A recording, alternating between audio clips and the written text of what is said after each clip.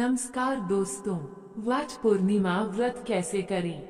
What पूर्णिमा का व्रत सुहागिन महिलाएं अपने पति की लंबी आयु, अच्छे स्वास्थ्य और सुखद दाम्पत्य जीवन के लिए रखती हैं।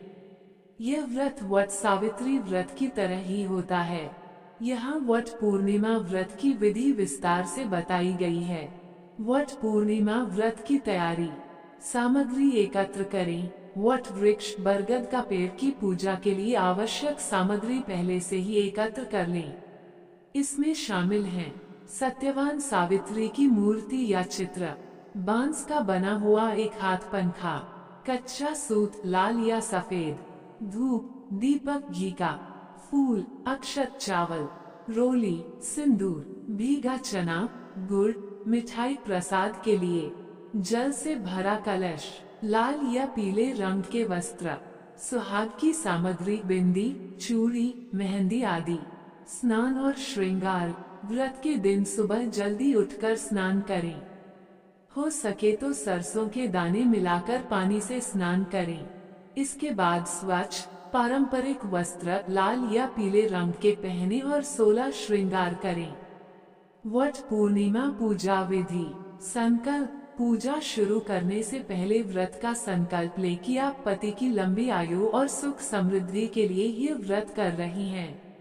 दोस्तों, वट वृक्ष की पूजा के लिए वट वृक्ष के पास जाएं और उसके आसपास की जगह को साफ करें। सबसे पहले वट वृक्ष की जड़ में जल अर्पित करें।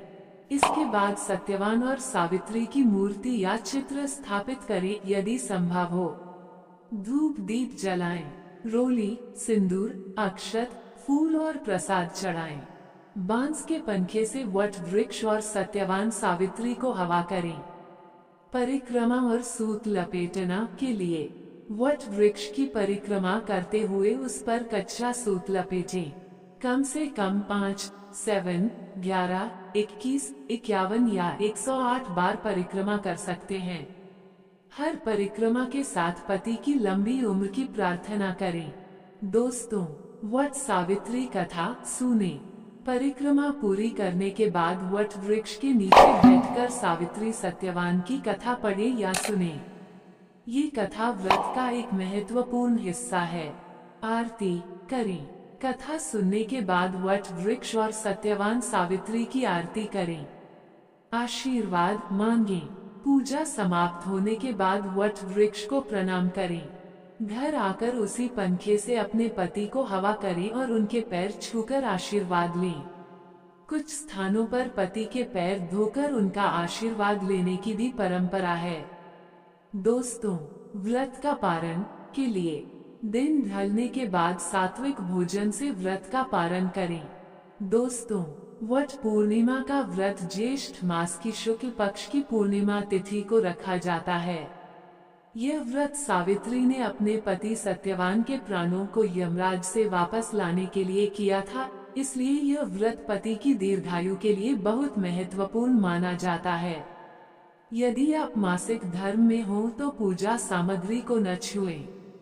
आप किसी अन्य महिला से पूजा करवा सकती हैं और दूर बैठकर कथा सुन सकती हैं। बांस का पंखा दान करना भी शुभ माना जाता है।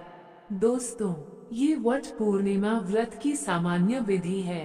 क्षेत्र और परंपरा के अनुसार कुछ भिन्नताएं हो सकती हैं। दोस्तों, वीडियो लाइक शेयर सब्सक्राइब करें।